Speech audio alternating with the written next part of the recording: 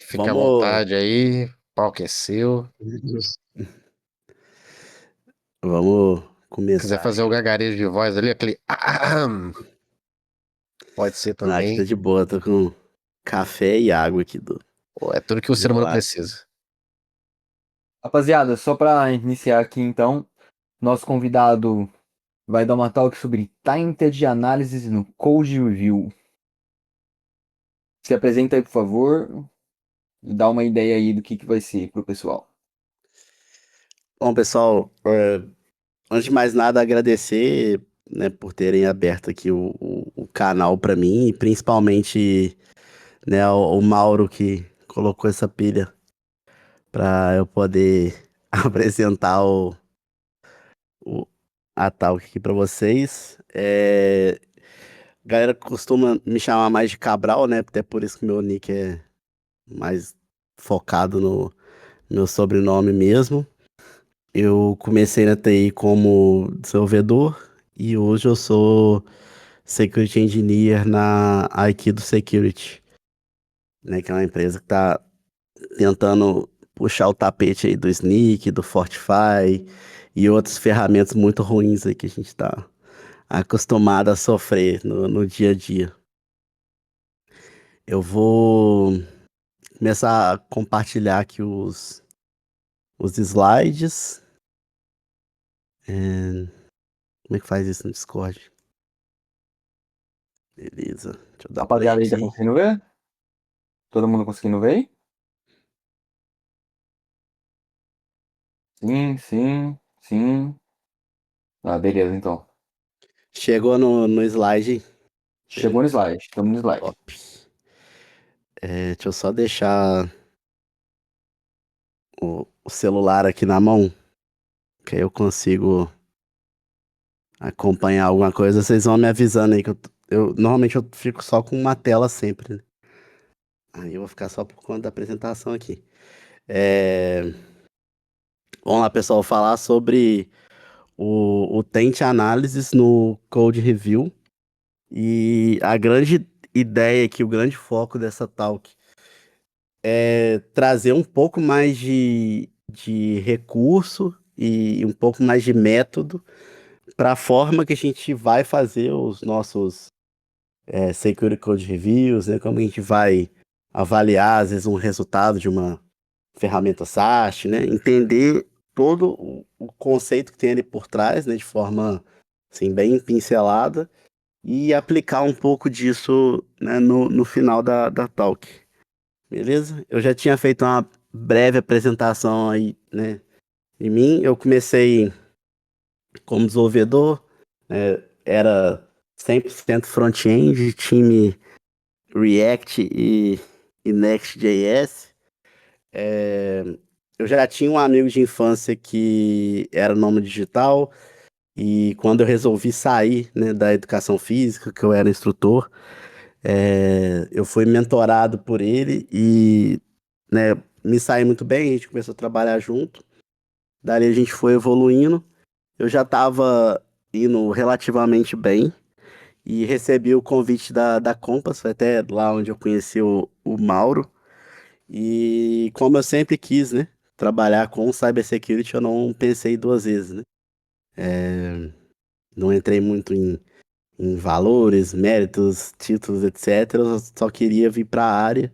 Foi a oportunidade que apareceu e eu agarrei, fiquei um bom tempo na Compasso. Hoje eu tô na Aikido Security, que é uma empresa lá da Bélgica. É, Acredito que alguns de vocês já tenham ouvido falar, é uma empresa que está começando a causar barulho. E desde o início do ano eu consegui, junto da OASP, fundar um capítulo na minha cidade, né? Eu sou mineiro de Juiz de Fora. E eu tinha um problema muito grande, né? Que eu queria participar do capítulo de BH, mas, né, tinha distância física, tinha, né, outros fatores aí conversando com alguns líderes, né, do capítulo de BH, a gente achou interessante seguir com esse plano de abrir o capítulo aqui na minha cidade. Mas o capítulo aqui na minha cidade está precisando de muita ajuda aí, de todo mundo. Então, todo mundo tá aqui, quiser ajudar lá, por favor. Quem quiser fazer networking comigo, eu deixei aí o QR Code do meu LinkedIn e do meu Instagram. O meu Instagram de início era para produzir bastante conteúdo, falar bastante de código, da área de security engineer mesmo, né? Mas, assim, infelizmente sou muito enrolado com produção de conteúdo, com, né, aparecer e ter, né, esse tipo de interação. Então, foi um projeto que acabou ficando de lado. Tem algumas lives que eu fiz com o pessoal, né, bem fera da área, tá tudo salvo lá no YouTube ou no Instagram, quem quiser ver também.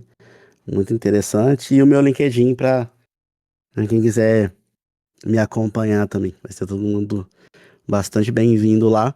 Passa ali depois pra gente nos comentários ali. Se você conseguir, Tá, por favor. beleza? Aí, né, pra gente fazer a introdução da talk, a gente precisa falar sobre a análise estática. A análise estática, ela é, né, um conceito até, né, bastante estudado, né, no âmbito acadêmico e é com base na análise estática que as ferramentas SAST, né, vão fazer essas leituras, mas não somente as nossas ferramentas de segurança, né? O SonarQube ele vai fazer isso, ferramentas que vão avaliar a qualidade de código, eles vão utilizar os conceitos da análise estática para gerar os resultados, né?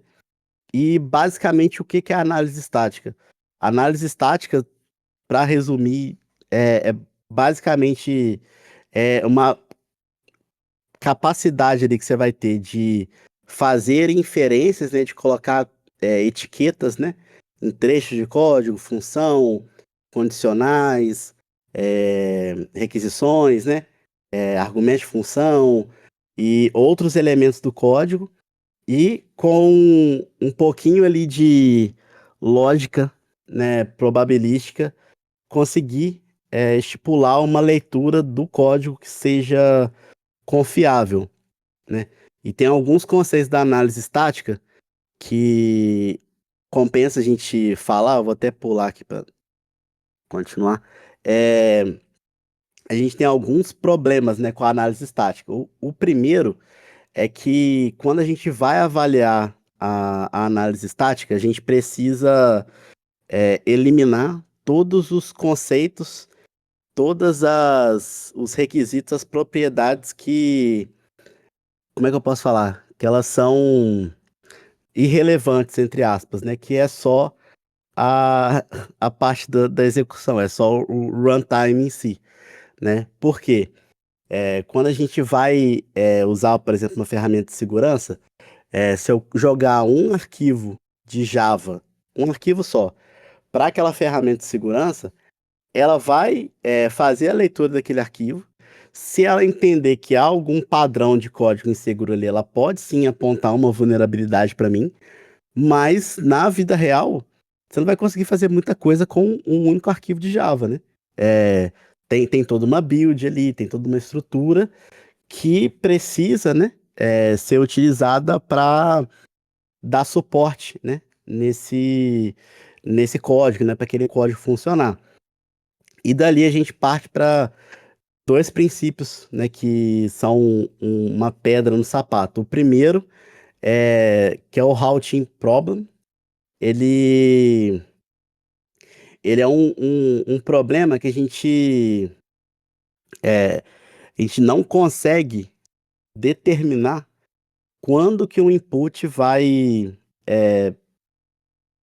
ser desacoplado, né, do fluxo de execução da aplicação, se ele vai ser executado durante o runtime infinitamente, ou se em algum momento aquele input ele vai ser desconsiderado, né? Claro que avaliando um arquivo só é muito mais fácil. Você vai fazer, pô, mas aqui eu sei que ele vai chegar nessa requisição, ele vai chegar nesse retorno, mas numa aplicação grande, numa larga escala, a gente não pode ficar gastando energia ou tentando comprovar as propriedades que não são essenciais, as não triviais, que é tudo que remete né, à execução dinâmica ali, ao runtime da aplicação em si. E o routing problem, ele traz justamente isso, né? A gente não consegue comprovar, né, usando, né, a lógica proposicional, usando, né, os cálculos de estatística ali que são feitos, né, por muitas dessas máquinas, a gente não consegue comprovar de forma 100% segura que a aplicação, se ela começar a rodar, se ela vai parar, se o input que for recebido em alguma etapa da execução daquele programa, se ele vai acompanhar a execução até o final, se ele vai ser consumido, se ele vai sofrer, né, algum tipo de efeito colateral e vai ser descartado. Então, justamente como a gente não considera a parte de execução, a gente acaba tendo esse problema, né? E o exemplo do Mario aqui pulando indefinidamente é o melhor exemplo de routing problem que eu já consegui achar, né? A gente não sabe, né? Se ele vai, um dia ele vai conseguir parar de pular, se um dia ele vai dar um passo à frente e vai cair, né? Então, é justamente esse ponto que a gente não entra na análise estática. E que no dia a dia, principalmente nós de segurança, é aquele problema que a gente tem quando a gente vai apresentar um resultado na ferramenta SAST e, né, vem um dev e fala assim: ah, mas isso aí vem de um arquivo de variável de ambiente. Tipo assim, ok, mas o padrão ainda está inseguro, né? Por mais que essa fonte venha de um local que teoricamente não deveria, né, ser infectado, né, ser violado, ainda é um padrão inseguro. E as ferramentas SAT, né, ou as ferramentas que usam análise estática, elas vão sempre definir que esses padrões são inseguros. E o que eu falei sobre a execução de um arquivo único é a disputa, né, entre o soundness e o completeness. É entender que a ferramenta ela vai entender que se você entregou um arquivo para ela, ele está completo e está funcional, e dali ela vai fazer a execução.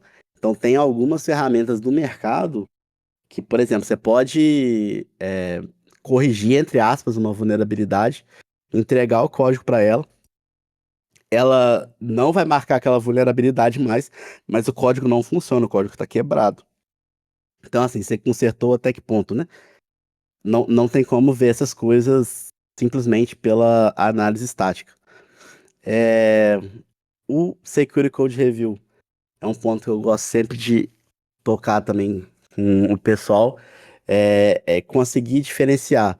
Eu já vi, né, em alguns projetos, algumas equipes, o pessoal de segurança preocupado com reutilização de função, com nomenclatura de variável, se usou singleton ou não, por que que fez uma interface aqui, não um DTO. Em alguns casos, ok, mas não cabe, principalmente ao security engineer, entrar no mérito do desenvolvedor. O que cabe para nós, principalmente, é entender se aquele código ele vai atender os requisitos de segurança, se for um código que vai estar gerando um token, se for um código que vai envolver criptografia, é entender, né, se esse processo vai estar, né, em conformidade com o que se espera, né, com o apetite de risco, né, do projeto que você está envolvido, e também entender, né, quais padrões podem ser inseguros ou não. E aí que a gente vai entrar com um tente análise lá na frente, que é para facilitar um pouquinho a detecção, né, e também a assertividade do Security Code Review. Aqui a gente tem um carro, né, supostamente fazendo um SQL injection, é, né, aqui é só mesmo para representar que a infecção, né, o input, ele pode vir de várias maneiras, ele pode ter, né, um abuso do caso de uso ali da aplicação. Então, por exemplo, a aplicação ela vai ter uma funcionalidade de baixar um arquivo. O abuso dessa funcionalidade, né, o abuso do caso de uso seria usar o servidor para baixar um arquivo malicioso no alvo, né? E tudo isso pode ser, né? Esses pontos, né? Essas superfícies de ataque, elas podem ser detectadas com o Tente Análise. E qual que é a ideia principal do Tente Análise? É conseguir rastrear, né, o que a gente chama de infecção, né? Que seria a tradução direta ali do Tente, né? É conseguir mapear se a infecção que ela chegou, né, na camada ali do input, se ela vai atingir algum recurso crítico do sistema, né? Por exemplo, uma chamada de banco de dados, se ela vai, por exemplo, né, vai virar um parâmetro que vai ser serializado em um token JWT e por aí vai, né? A ideia do Tente Análise é fazer esse mapeamento, né? Usar da análise estática para fazer esse tipo de mapeamento no código. Então aqui a gente usa, né, inferências próprias do Tente Análises. Aqui é só um textinho, né? Eu vou ler, porque foi eu mesmo que escrevi. Academicamente, né, o Tente Análise ele foi explorado em pesquisas para automatizar a detecção de falhas de segurança sem depender dos testes manuais.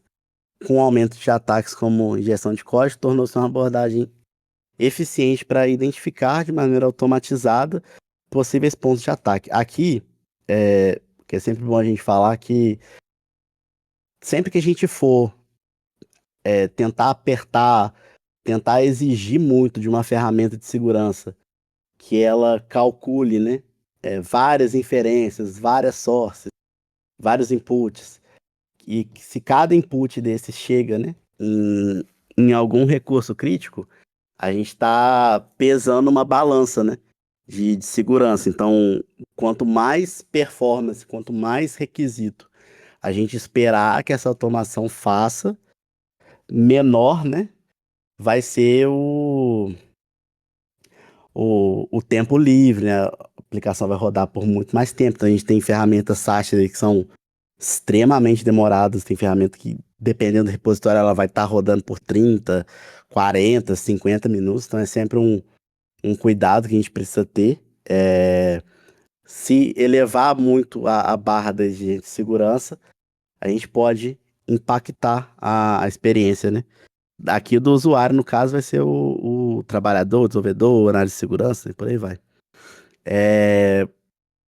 E o Tente Análises, eu gosto sempre de trazer é, essa teoria, que é a teoria do labirinto, que ela é a melhor que tem, assim, pelo menos na minha cabeça, para mostrar como que o Tente Análises funciona. A ideia do Tente Análises ela funciona como esse labirinto mesmo. É você imaginar que o atacante, ele vai, né, buscar ali uma entrada no labirinto, e a ideia é que esse vetor de ataque ele chegue no centro, que seria onde, né, estão os recursos críticos, né, da aplicação, né, da arquitetura e por aí vai. E o Tente ele faz esse desenho, né, é tentar detectar se essa contaminação, se esse ataque que chegou lá da borda, se ele conseguiu passar, né, por todas as nuances ali, os processamentos e tudo, né, vendo somente o código, se ele vai ter condição de chegar e poder, né, causar algum dano nos nossos recursos críticos do sistema.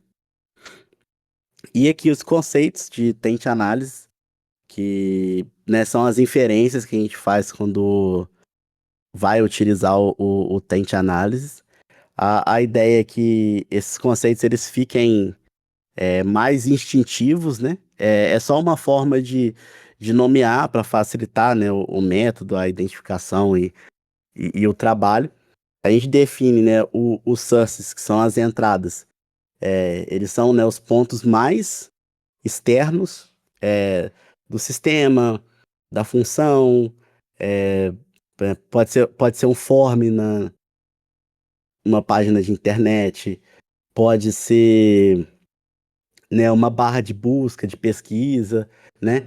E a nível de código, ele pode ser também um argumento de função, né? Um argumento de função ele é um input que você vai passar para aquela função, para a função poder processar, e ela vai gerar um efeito colateral. Então, por padrão, a gente define todos os argumentos de função como sources, né? Como a gente não consegue, né, entre aspas, ver a execução, o runtime, né, somente na análise estática, tudo que é externo a gente vai definir como entrada. E logo os argumentos de função vão cair nesse ponto aqui.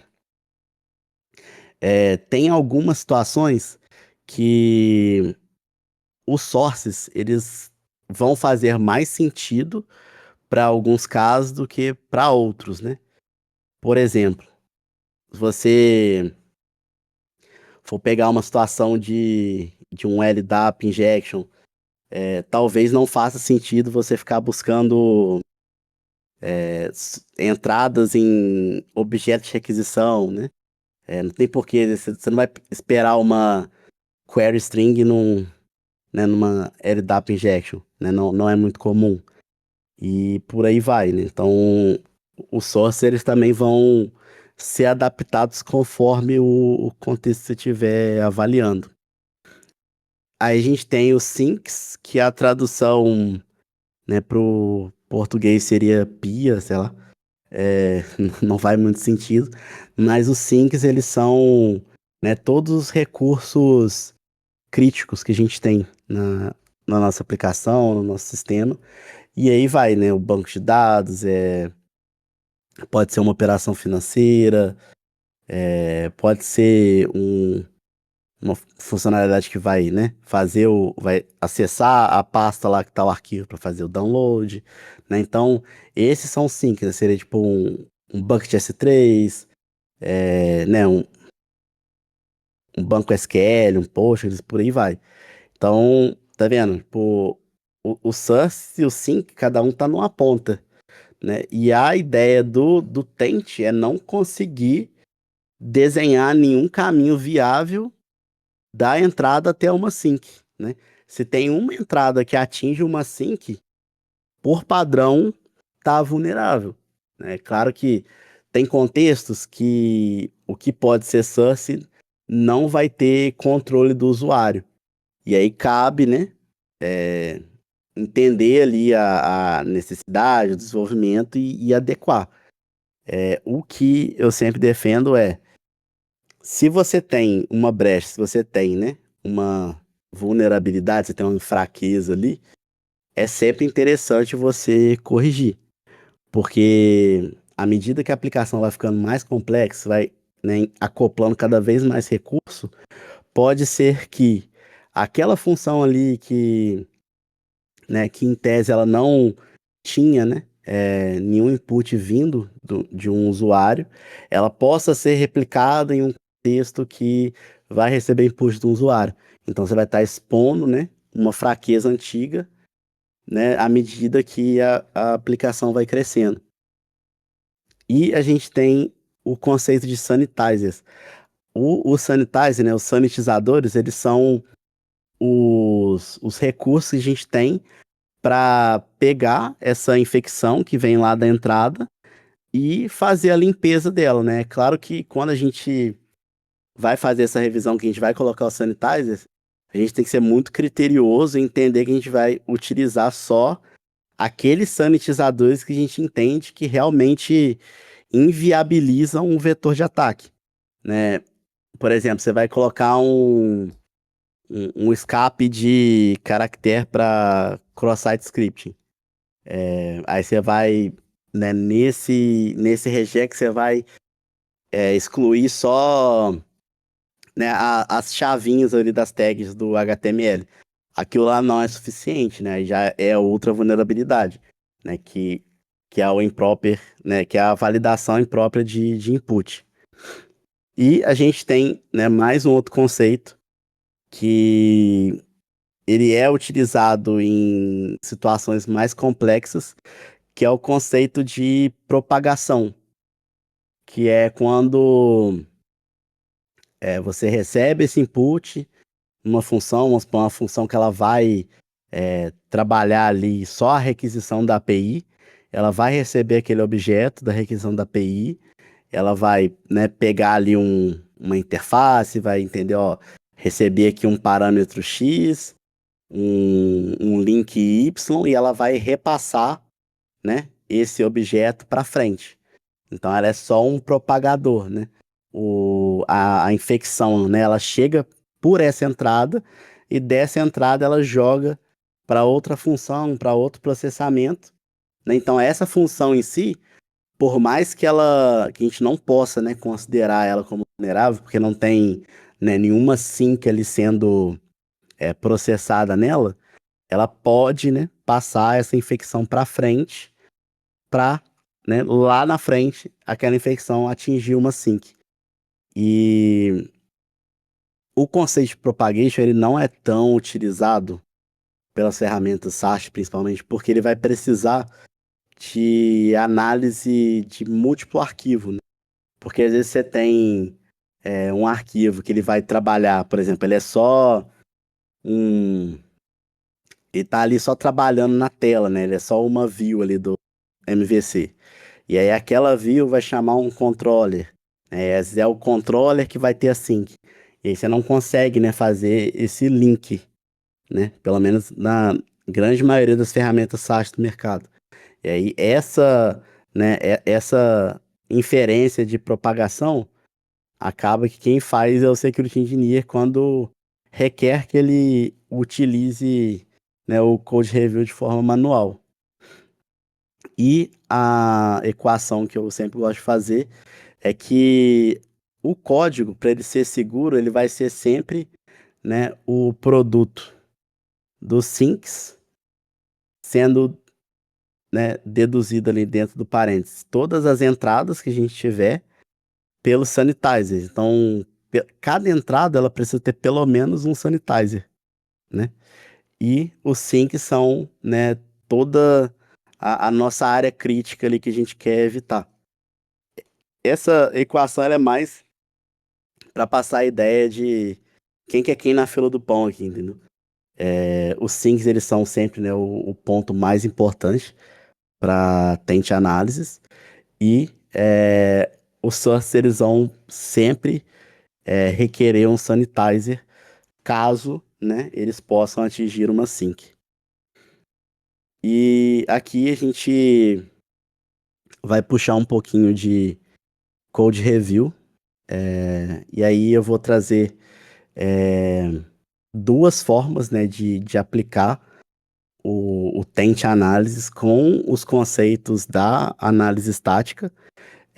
O primeiro é o Tainted Flow Analysis, que, né, o Flow Analysis ele é um dos pilares da análise estática de código. E a ideia básica do Tainted Flow é justamente fazer, né, o fluxo, passando pelas condicionais, né, passando pelas inferências que você for fazer ali de source e sync. E eu, particularmente, eu gosto de usar o Tainted Flow em situações mais rápidas. Por exemplo, eu tive uma ferramenta de segurança que ela retornou um path traversal para mim. Será que ela acertou? Né? Será que o desenvolvedor está reclamando comigo é plausível? Aí eu vou lá na função, né, naquele trecho ali que foi marcado pela ferramenta SAST, e aí eu vou aplicar, né, o Taint Analysis ali.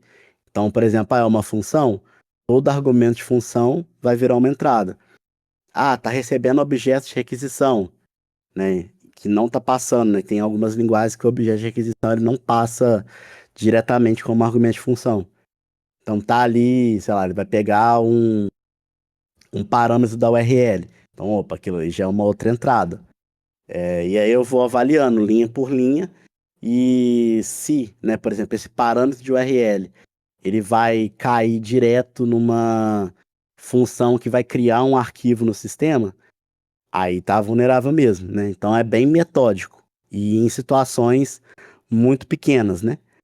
O Tainted Flow, igual eu falei, é o melhor companheiro que você vai ter para discutir com o desenvolvedor chato, para validar se aquilo ali pode ser considerado um false positivo ou não, para fazer o code review, né, nos pull requests, né, dependendo do contexto que você está inserido.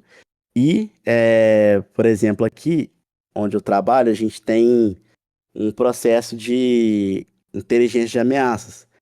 E a gente recebe muita notificação de patch, de biblioteca de desenvolvimento. Então, são pacotes do NPM, pacotes do PHP, pacotes de Python, né? Então, quando a gente vai ali, né, naquela biblioteca, a gente vê o que que o desenvolvedor, né, que o responsável, né, por aquele projeto escreveu na release, a gente vai olhar os commits, a gente vai estar usando sempre o Tainted para entender. Por exemplo, aqui o cara corrigiu uma execução de código remoto e ele colocou na release que ele estava corrigindo um bug, por exemplo, né? Um bug que estava com algum problema na hora de gerar comando, sabe? Que normalmente é o cara escreve, né? O cara ele corrige uma vulnerabilidade, mas ele não vai expor isso na internet.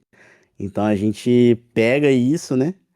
Faz o Tainted Flow Analysis, define se aquilo ali é vulnerável ou não, e dali o reporte. E a gente tem um conceito que ele é da análise estática, mas que ele é muito poderoso se você for usar ele com o Tainted de análise, e principalmente em situações de zero day, né? Que é a sensibilidade de path. Que ele basicamente você vai buscar traçar, né, um caminho razoável do tempo de execução avaliando só o código, né? Tem um caso muito emblemático que, que eu vivi isso na pele, que na época que eu estava na Compass, a gente teve um cliente que ele estava com uma vulnerabilidade que ele considerava como zero day, era um Open Redirect em uma tela de login que ele tinha, que era o login com um parceiro.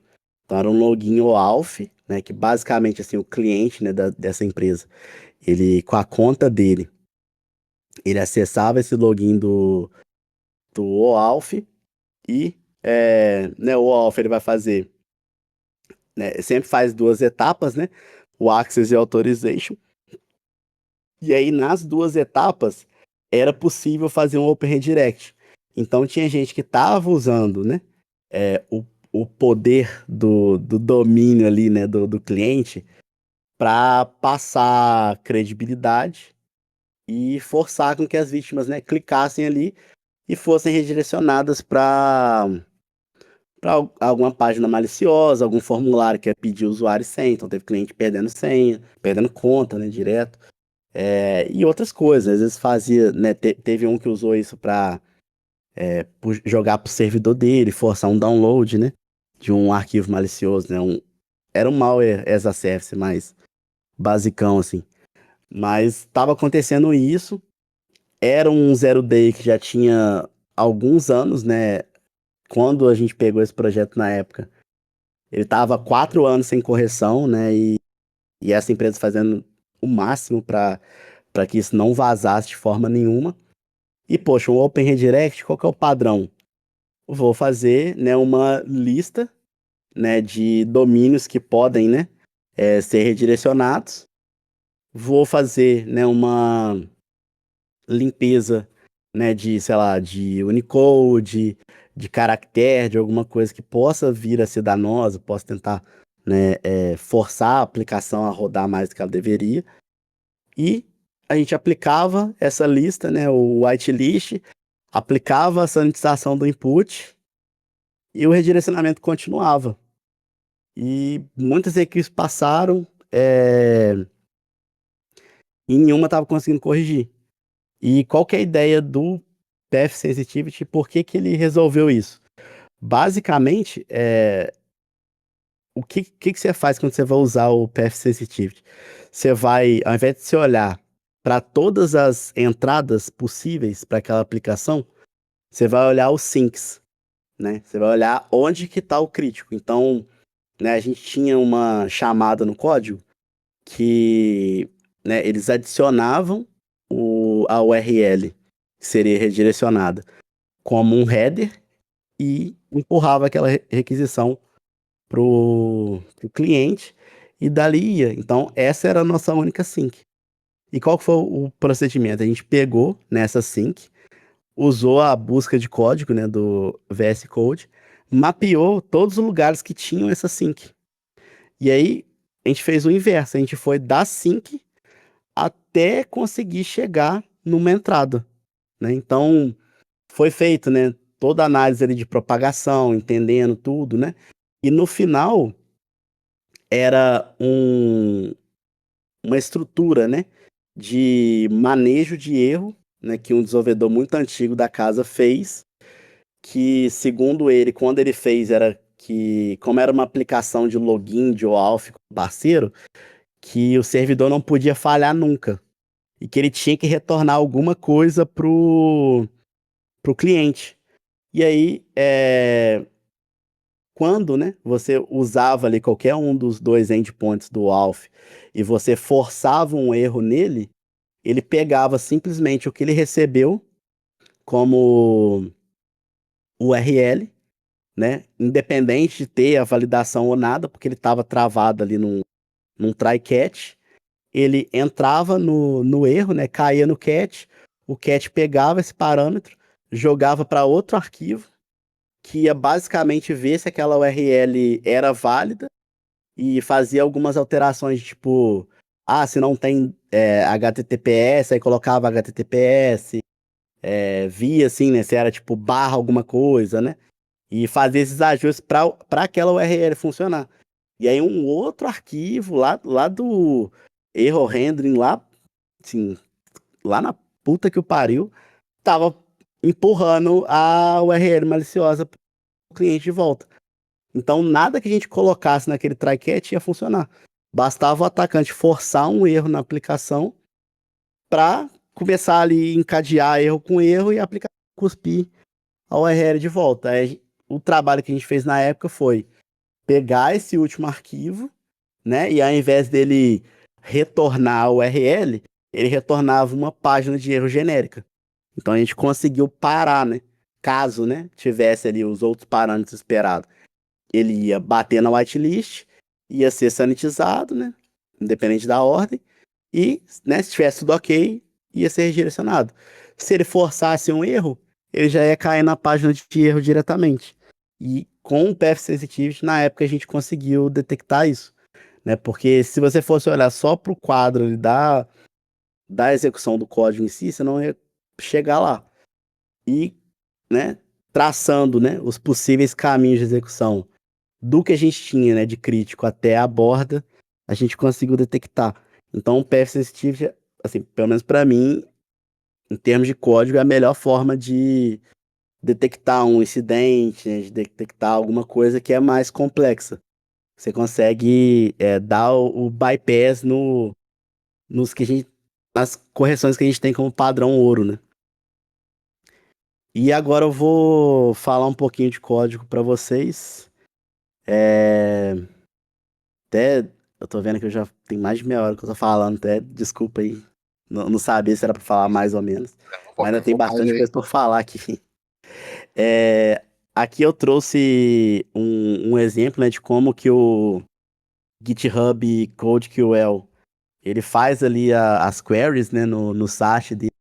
Então, se vocês forem ver, é um módulo ali, né, que é o eval tension, e ele tem, né, um recurso que é para definir se no Dataflow é source e se é sync. E aí ele faz esse link, né? E aí se você for lá revirando o repositório do CodeQL, você vai ver que para cada linguagem eles têm ali uma lista, tem uma lista de source, né? E eles fazem várias validações nesse sentido. Aí eu trouxe o CodeQL aqui só para não ficar, né, assim, falando muito da Aikito, porque a Aikito também tem um negócio próprio deles lá. Esse aqui é open source. A galera que quiser testar também é muito massa, né? O GitHub faz um trabalho muito bonito, né, nesse ponto aqui em específico. E aí aqui eu vou trazer alguns códigos Eu foquei bastante em Elixir, primeiro porque eu gosto, e segundo porque é uma linguagem que não é muito utilizada, né? Pelo menos assim, eu conheço poucas pessoas que usam. E para mostrar para vocês que às vezes você não precisa ter um conhecimento da sintaxe da linguagem em si para usar o Tente Análise, né? E ali, logo no início, a gente tem uma função que é o eGetFruit e ele recebe um argumento, que é esse min_que. Logo em seguida, né, ele faz, né, uma concatenação aqui, ele adiciona, né, o argumento da função na query aqui que ele está escrevendo. Na linha de baixo, ele vai chamar o Ecto Adapters SQL Query, e aí ele vai chamar o repo, né, que vai ser o alvo, que vai ser, aqui seria a nossa sync mesmo, e vai colocar o que. O que é justamente a query que foi feita na linha de cima, recebendo o argumento da função. Se esse argumento da função ele for controlado pelo usuário, aqui a gente tem um SQL injection, né? E assim, não sei quem está acostumado a trabalhar com Elixir. Se tiver alguém que está acostumado a trabalhar com Elixir, tamo junto aí. Gosto muito também. Mas é basicamente isso. É muito mecânico, né? Pegou o argumento, chegou na query, foi executado. Não tem mistério. É isso, né? O min_que vai ser a nossa entrada, o nosso source.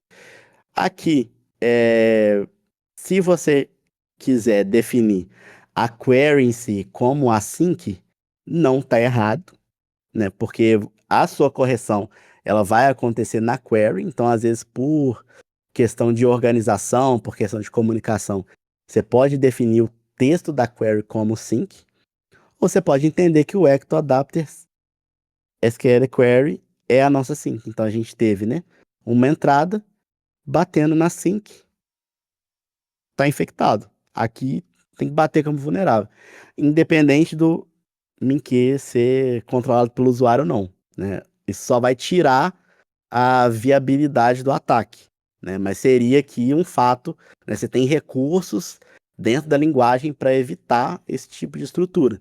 E aí é interessante fazer. Talvez, né, se não for uma vulnerabilidade real, você pode deixar isso para um segundo momento, com uma prioridade menor. Mas é necessário que isso aqui seja corrigido em algum momento. Aqui eu trouxe um caso que é de IA, né? É uma ferramenta de IA bem conhecida. Não vou falar o nome para não queimar os caras, mas no começo do ano eles fizeram, né, uma release, e aí na release deles tinha esse código específico, né? Era supostamente uma proteção para evitar, né, a exfiltração de dados, de tudo que fosse sensível, né? Ali tinha, ali eram dados pessoais, então seria tipo, no nosso caso, que seria nome, endereço, CPF, sei lá, score de Serasa, se tem alguma doença crônica ou não, né? Por aí vai, biometria, né? E etc. E aí, basicamente, o que, né, essa biblioteca específica fez? Eles resolveram, né, colocar essa grande instrução de segurança e combinar ela com o prompt que ia ser jogado para IA, né? E isso daqui, assim, de tudo que eu já conversei, de tudo que eu já pesquisei com a galera que é especialista em IA, seja lá da Aikido, seja de outros lugares que eu consegui conversar, hoje em dia, para IA, a gente não tem como cravar, por exemplo. Se eu colocar esse sufixo, né, esse texto todo no final do prompt, a IA vai entender esse prompt por último como mais importante. Ou se eu jogar esse prompt para o início, né, ao invés de ser sufixo, ele vai virar um prefixo, e a IA vai entender aquilo, ela vai se condicionar, né? Não consegue definir de forma assertiva Se, por exemplo, se ela receber um ignore todas as instruções a seguir, se ela vai ignorar ou se ela vai entender a instrução final, né? E vai viabilizar ou não o prompt injection aqui, né? Nesse caso, seria necessário aplicar outras práticas, né? Focadas ao direcionamento da IA. Aqui foi uma gambiarra, né? Aquela gambiarra marota. E na funcionalidade que eles colocaram isso, ok, né? Porque o usuário não ia ter tanto controle do retorno, né? Era um retorno da IA que aí ia ser processado e aí eles colocavam o sufixo. Então, né, de qualquer forma, evitaria um pouquinho a probabilidade desse dado vazar, né? Mas não tem como cravar que isso aqui corrigiu alguma coisa, né? E que, sei lá, como é que você vai sanitizar um prompt de IA, entendeu? Você, sei lá, você ia colocar várias frases que são proibidas, você ia fazer, sei lá, 300 linhas de regex. Então, sei lá, o cara botava um regex malicioso e te roubava esse sistema. Então aqui é um campo muito novo e muito difícil ainda. Mas com o Tente Análise também era a mesma coisa, né? A gente recebeu ali o System Prompt, né? Que é uma string, e ele vai ser retornado, né? Com o sufixo, né? Só dele estar sendo retornado, né? Você poderia entender o retorno como sync também, dependendo do caso, e definir isso aqui como vulnerável, tá? Isso aqui é só para dar um debate aí a mais. Outro caso aqui, uma RCE de Elixir. Elixir, por ser uma linguagem funcional, ele tem algumas nuances ali que são diferentes do que a gente está acostumado com linguagem, né, principalmente que usa orientado a objetos, né? E aqui a gente tem uma função def_parse, ela está recebendo um path e um contents. O path, ele, se vocês forem ver, tem uma variável chamada id, e logo em seguida a gente tem um path. E depois do path a gente tem vários pipes. O que esses pipes significam no Elixir? A linha de cima ela vai virar o primeiro argumento da função que está embaixo, do método. Então, por exemplo, era a mesma coisa que escrever path.rootName passando o path, né, que veio ali do argumento da função. E aí, o resultado do path.rootName ia ser jogado no path.split, por aí vai. Aqui, o path.rootName e o path.split, tudo, ele vai inviabilizar o ataque, apesar de não poder considerar esse cara aqui como um sanitizer, né? Ele vai inviabilizar um pouco o ataque. Mas na linha de baixo, ali no attributes, que ele vai receber o contents, que tá vindo também como argumento de função, ele vai passar numa função que é muito perigosa para Elixir, que é o eval string, que aqui seria, né, galera do JavaScript aí, é o eval JavaScript ali classicão. Então aqui ele basicamente iria executar qualquer string que ele recebesse ali, permitindo, né, injeção de código, né, RCE e por aí vai. Também é a mesma coisa, né? A gente pegou a entrada lá no argumento da função e chegou numa sync, que seria aqui o nosso code eval string, porque ele vai poder afetar o nosso sistema. Então é o mesmo caminho, né? Tem uma source, tem uma sync, o source chega na sync sem nenhum tipo de tratamento, vulnerável. Outra aqui também, mais pro JavaScript, TypeScript, que é um exemplo de que a gente chama de eval silencioso.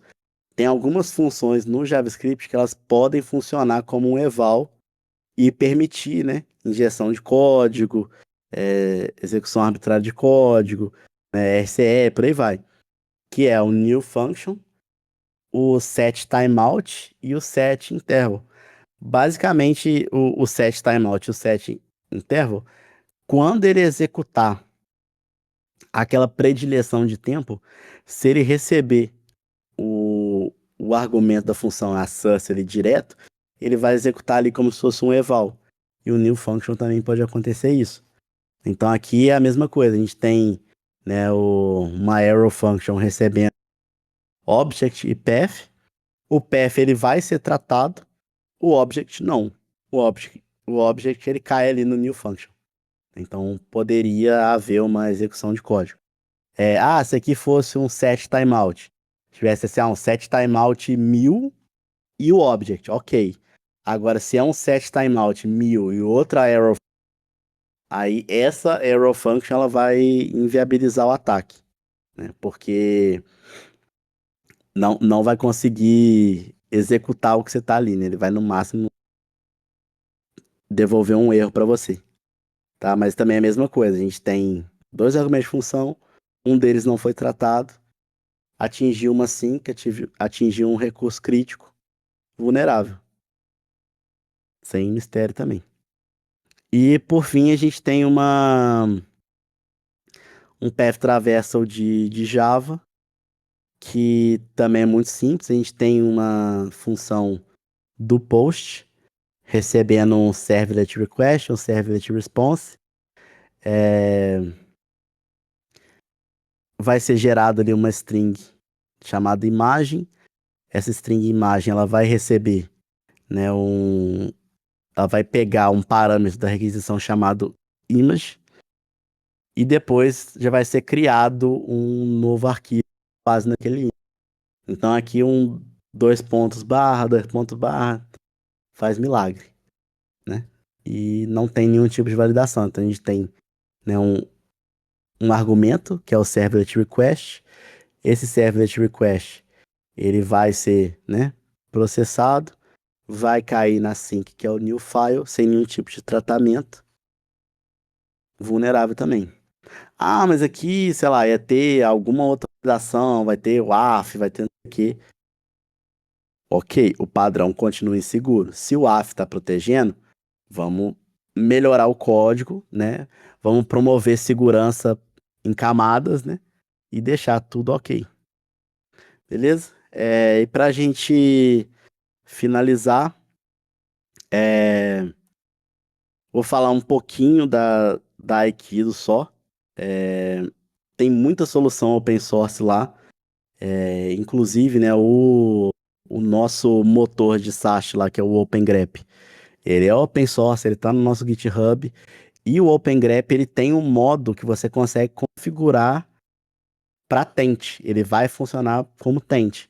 Então, quando você for definir uma regra de SAST com o OpenGrep no modo Tente, você vai fazer basicamente isso. Você vai definir o que você vai considerar como source, o que você vai considerar como sync e o que você vai considerar como sanitizer. E o SAST ele vai fazer essa verificação. Sempre que o source bater numa sync sem nenhum sanitizer no meio do caminho, ele vai marcar como vulnerável, né? E dali dá para fazer umas gambiarra de brasileiro violento, né? Se você quer pegar, por exemplo, alguma security misconfiguration, você pode colocar a security misconfiguration como source, né? E sempre que ela cair numa configuração, né, num objeto de configuração, ele vai disparar, né? Por aí vai. Dá para você fazer essas acochambrado, né? Tendo essas noções, né? Tipo, o source é de onde está vindo a infecção que você quer parar e o sync é o seu recurso crítico. O source ele nunca pode chegar no sync, de forma nenhuma, né? Por mais que o source venha de um ambiente controlado.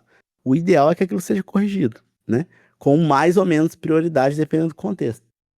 E se, de qualquer forma, a source tem que atingir o sync, ela tem que ter pelo menos, né, um sanitizador, um sanitizer válido acoplado nela. Beleza? Depois quem quiser dar uma olhada lá, bastante coisa open source. Quem quiser ver o serviço que a gente faz de Threat Intel, a gente tem um repositório também. Tem alguns pull requests que eu fiz hoje, inclusive estão abertos lá.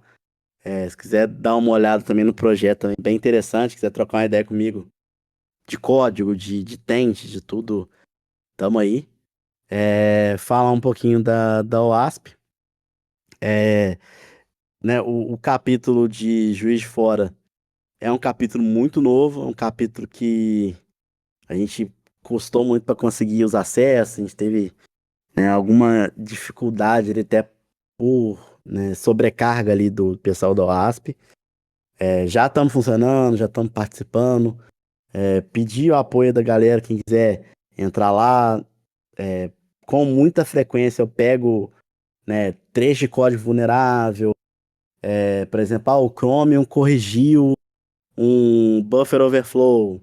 Aí eu pego, né, o código vulnerável, explico por que que o desenvolvedor fez aquilo, o que que ele quis fazer com aquela correção, né? Por que que agora ele corrigiu de verdade, né? E faz toda essa parte focada em código, né? Eu vim para a área de segurança, mas eu sempre trouxe comigo, né, o desenvolvimento no coração. E um dos meus grandes objetivos sempre foi aproximar e mostrar, né, para quem é de segurança que o desenvolvimento é muito importante, né? Lógico que a gente não precisa ser, né, uns cara muito fera igual, não sei se o Mauro tá aí ainda, né?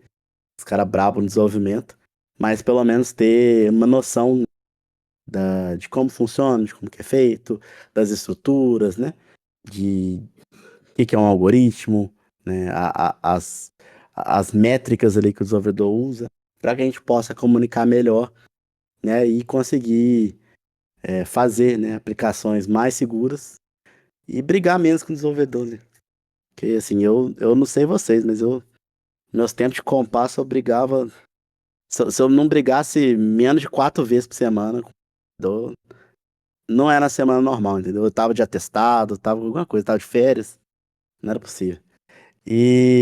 Voltar aqui. Quem quiser jogar o celular e entrar lá no nosso grupo do WhatsApp, dar essa moral lá. E, por fim, até pelo motivo que eu pedi pra gravar essa talk, o Matheus Banhos, que é o líder do capítulo de Belo Horizonte, ele tá com uma plataforma de ensino e um dos projetos que a gente está fazendo lá, né, junto da UASP, é conseguir trazer esses conteúdos, né, dos líderes de capítulo, das talks de cada capítulo, né, dos eventos, de tudo que a gente tem produzido, é, né, utilizando, né, da estrutura da UASP para ajudar a comunidade. A gente está jogando lá, está concentrando em um lugar só. Porque, por exemplo, se eu quero ver o que o pessoal de Salvador tá fazendo, né, e, pô, às vezes não tem tempo, você tem que parar, entrar no WhatsApp dos caras, ver o que os caras estão fazendo, contar pros caras, entendeu?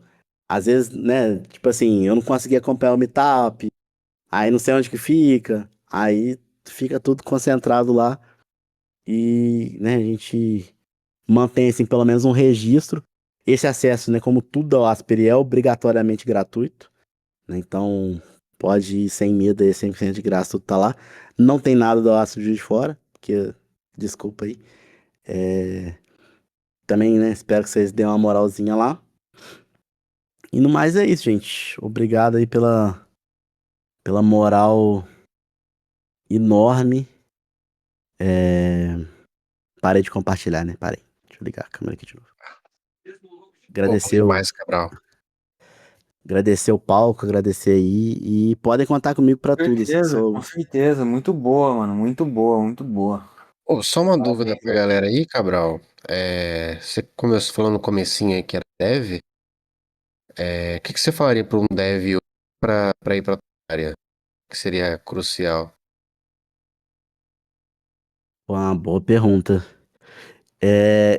Assim, na minha cabeça, eu acho que o Dev, às vezes, ele começa um passo à frente em equipes, né? Tipo um Security Champion, um, né, um Security Engineer, porque ele já tem essa base. Mas é muito interessante o Dev ele começar a trabalhar o, o caso de uso, né? Que seria para que aquela funcionalidade vai ser, né, construída. Ele pegar e começar a trabalhar esse caso de uso.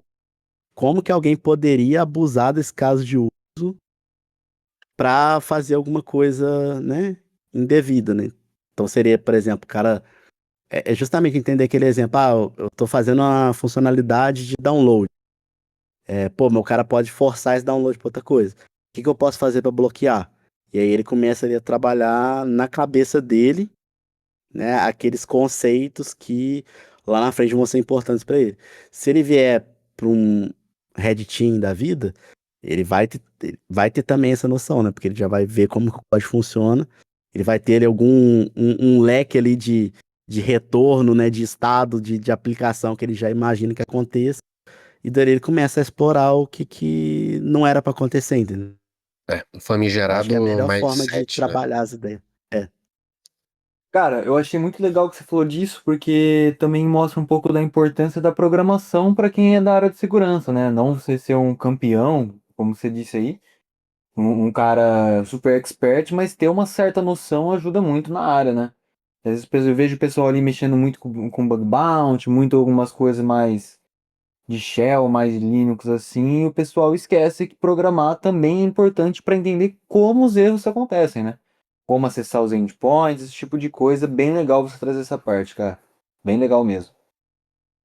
Maneiro, obrigado, hein? Pessoal, alguma dúvida? Alguém tem alguma dúvida aí?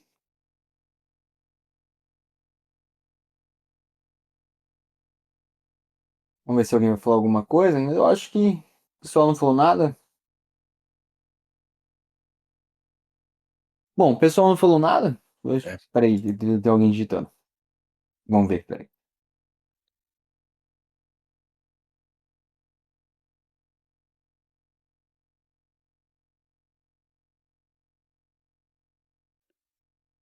Ih, foi só falar, tem bastante gente. Vamos ver, vamos ver. Trava Zap, não mande Trava Zap pro grupo da WASP, por favor. Nossa, já pensou? Não me faça passar vergonha. Quem tá com a mão levantada? Quer falar? Esse cara quer trocar uma ideia aí? Ó, peraí, vamos responder a dúvida ali no TravaZap. O TravaZap perguntou ali, ó, algum conselho para quem está começando na faculdade agora, vindo de suporte em 2N3? Cara, assim, tem dois recursos gratuitos. Se souber inglês ou se conseguir usar uma IA para facilitar, que eu indico bastante. O primeiro tem uma certificação na Linux que chama Developing Secure Software. É a LFD 121. É isso aí mesmo, LFD 121.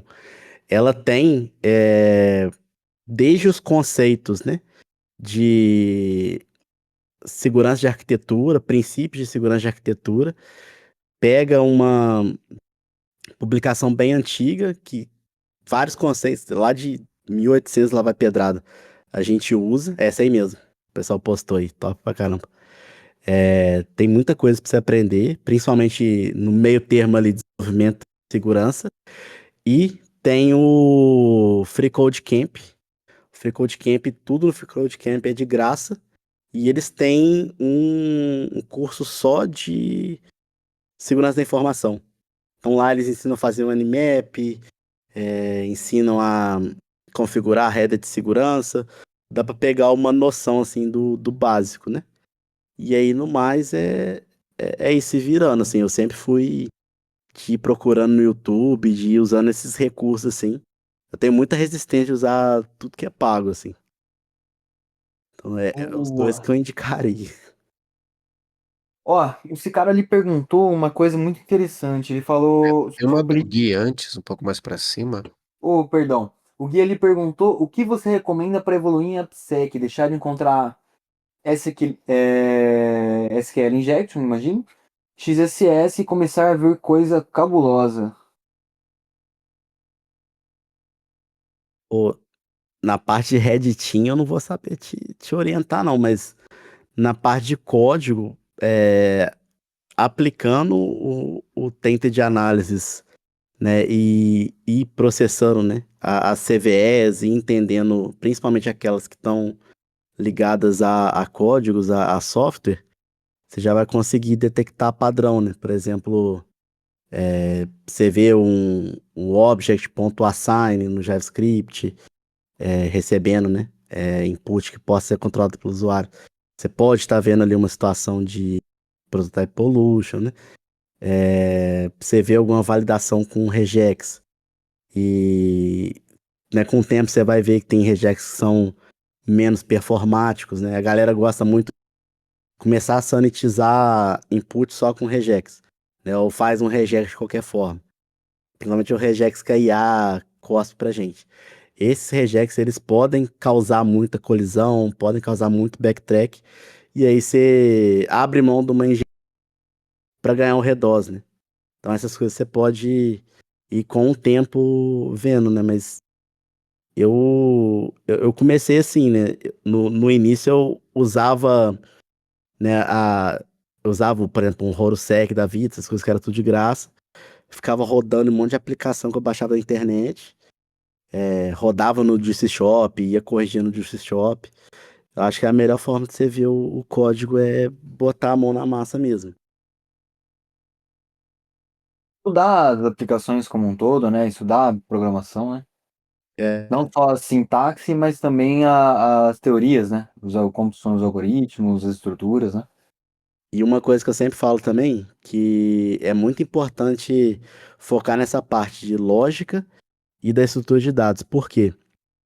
A lógica de uma programação, né, de uma linguagem, para um XSS, ela vai ser similar em várias sintaxes, né? Então, um XSS no JavaScript, ele vai parecer muito com uma estrutura de XSS no PHP, né? Um, um problema de serialização em Python, ele vai parecer muito com um problema em Java, né? E se você entender a lógica, né, do que é o padrão inseguro, você vai entender, né, a lógica da exploração e a sintaxe você vai adaptando com o contexto, né? Você vai jogando no Google como fazer uma em Erlang, como fazer uma função em Rust. E aí você vai desembolando, entendeu? Ó, Mas puxando uma coisa que você tá falando, desculpa te interromper. Puxando uma coisinha que você tá falando, então saber um pouquinho de sintaxe de outras linguagens também é interessante para você assimilar esse comportamento ou não? eu consideraria, assim, o interessante é você saber bem uma sintaxe para ter Aham. uma noção dos nuances na parte prática, mas o algoritmo e a estrutura de dados, a lógica de programação, ela é muito mais importante para a gente. Porque essa lógica ela vai ser replicada, independente da sintaxe. E aí, igual, por exemplo, aqui eu trouxe, né, teve Elixir, teve Java. Por exemplo, assim, já trabalhei com Java, mas eu não sou bom em Java. JavaScript é minha linguagem mãe, mas já não trabalho tanto com JavaScript. E Elixir eu gosto muito, mas assim, eu sou cotoco em Elixir, sabe? Eu não sou, assim, um cara, assim, sei lá, se eu fosse trabalhar com Elixir, ia ser juro, massa. Então, mesmo, né, tendo essa disparidade de conhecimento de cada sintaxe, entendendo a lógica ali e a estrutura de dados, você consegue detectar a vulnerabilidade e já sugerir uma correção. Ó, o Cicaro Monk. Você tá tudo bem de horário para você?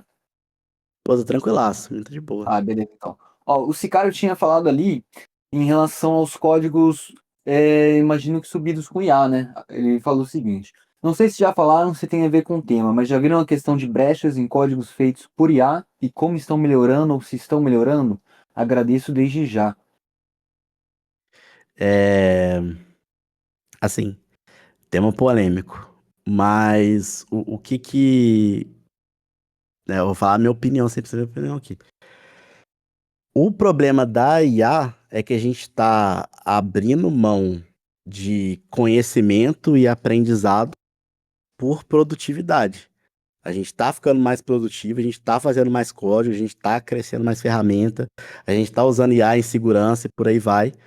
Mas em alguns casos, às vezes o desenvolvedor que ele está operando aquela IA, ele não tem o conhecimento, seja da sintaxe que ele está trabalhando, seja da lógica de programação, de algoritmo, para questionar o que ele recebeu, para entender, tipo assim, pô, essa resposta da IA aqui foi mais ou menos, entendeu?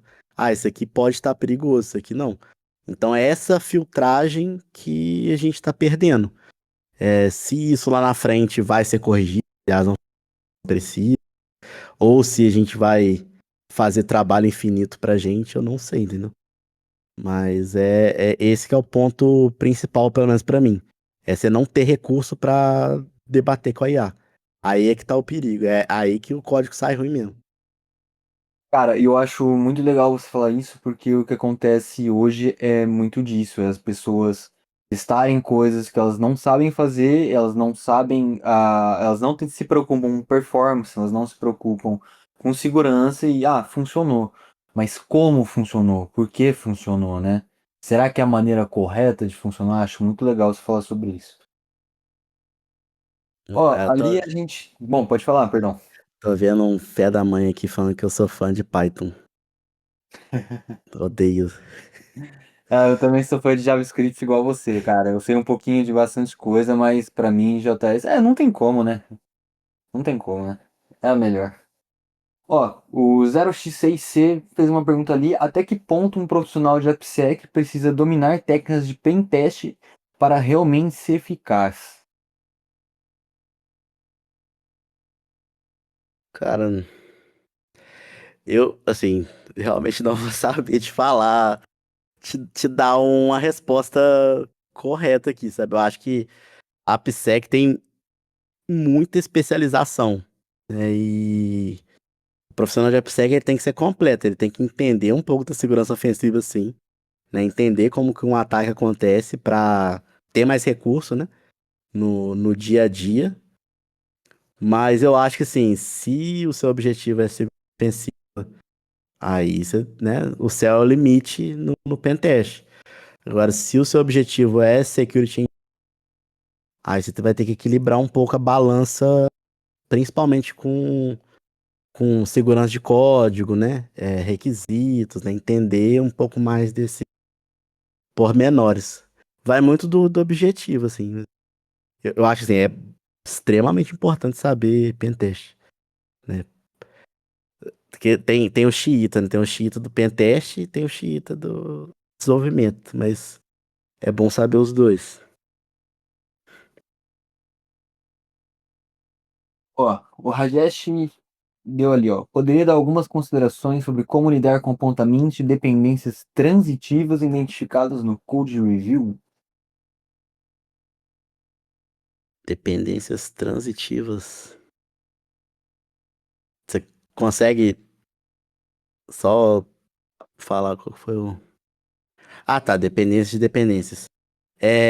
Aí vai um ponto ferradíssimo, né, de SCA é que, como a gente não vê o runtime na análise estática, tem muitas dependências que elas nem chegam a ser o tempo de execução.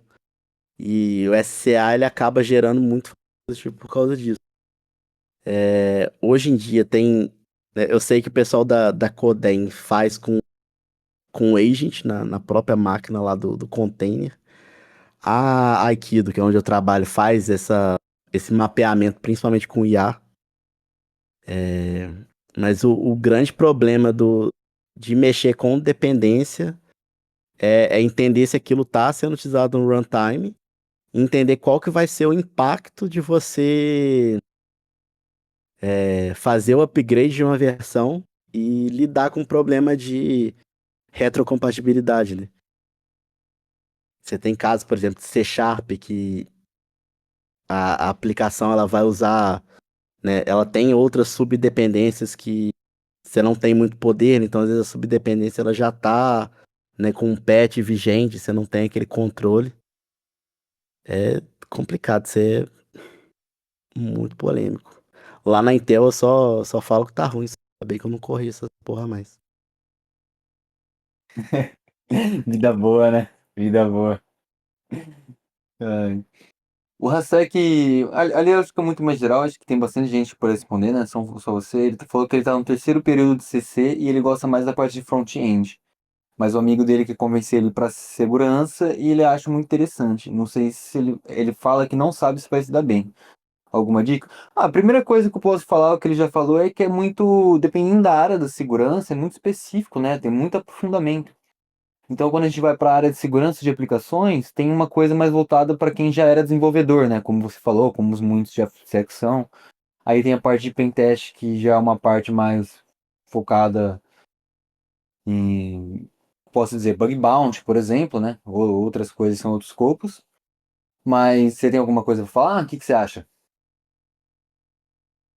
Eu indicaria conhecer um pouco mais a área, entender que é um mundo gigantesco, que né, não se resume né, só a esse jargão, tipo assim, vou para segurança. Você tem, né, diversos times de segurança, cada um trabalhando em cada coisa. A única dica que eu dou é nunca mexa com compliance, pelo amor de Deus, não vai pra esse time chato. Se você quer vir pra cá, pega alguma coisa que não é compliance. E é isso. Faz. Teve um amigo aqui que mandou, tenta fazer CTF. Começar a CTF, mexer no tryhack, é a melhor porta de entrada. Você vai ter uma visão bem interessante da área e dali você consegue abrir. O meu primeiro contato, por exemplo, foi. Eu tava com um problema mexendo num jQuery e eu caí num vídeo que é do pessoal do Node.js mesmo. E aí era um. Não lembro qual que era o nome do cara, mas assim, era um analista. E ele tava mostrando vulnerabilidade de JavaScript direto no console do navegador no vídeo. Aí na época eu falei assim, pô, se eu souber como que quebra, eu vou saber como constrói. Aí depois eu nunca mais construí nada, né? E vim pra cá. Hum, tá bom. Gente, mais alguma pergunta?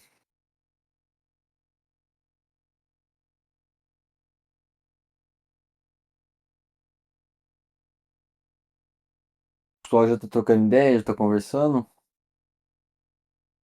Cara, antes de tudo, né? Antes da gente finalizar aqui, foi um prazer receber você. Muito obrigado por estar aí, viu? Por estar aí na vontade, explicar todo o seu conhecimento, passar um pouco, tentar explicar um pouco como funciona a prática. Notavelmente, aí, você é um cara de muito conhecimento. E meus parabéns aí, mano. Somos muito agraciados pela sua presença. Tamo junto. Eu que agradeço o convite aí. Principalmente, né? é, eu era um desconhecido aí também, né? Então, só de vocês terem aberto aí o espaço e né, deixado eu trazer um pouquinho aqui do conteúdo, já vale muito pra mim. E reforçar, assim, o que cada um precisar, cada um tiver de dúvida, quiser trocar ideia comigo, de LinkedIn, a Discord, WhatsApp, o que for, tamo aí. Não esquento, né, com pergunta, com nada, eu sou sempre muito disponível, assim, e eu gosto de ajudar. Pessoal, pode contar comigo pra tudo mesmo. E você também, viu? Se quiser aí aparecer mais vezes, de repente aí pegar e resolver uma aplicação, tenho certeza que existe muito campo para conhecimento aqui. Só se sentir vontade aí, se estiver disponível, se sentir afim, também participar de outras talks aí com outro pessoal, a gente tá sempre fazendo. Eu vou começar a participar mais. Eu instalei o Discord no computador por causa dessa talk aqui. Ah, Nem que Discord legal, estava cara. instalado aqui. Que legal, que legal. Você pegou acho que você pegou um dia ruim aí, hoje ainda deu pouca gente, mas normalmente aí dá bem mais, viu? De repente a gente organiza uma próxima talk sua aí de quinta, sexta-feira. A gente normalmente pega um pouco mais de público. Mas deu bastante gente também. Pessoal, todo mundo interessado. Todo mundo gostou também. Bom, é isso aí, Cabral. Valeu aí. Obrigadão, galera. Tamo junto. E boa noite aí pra vocês.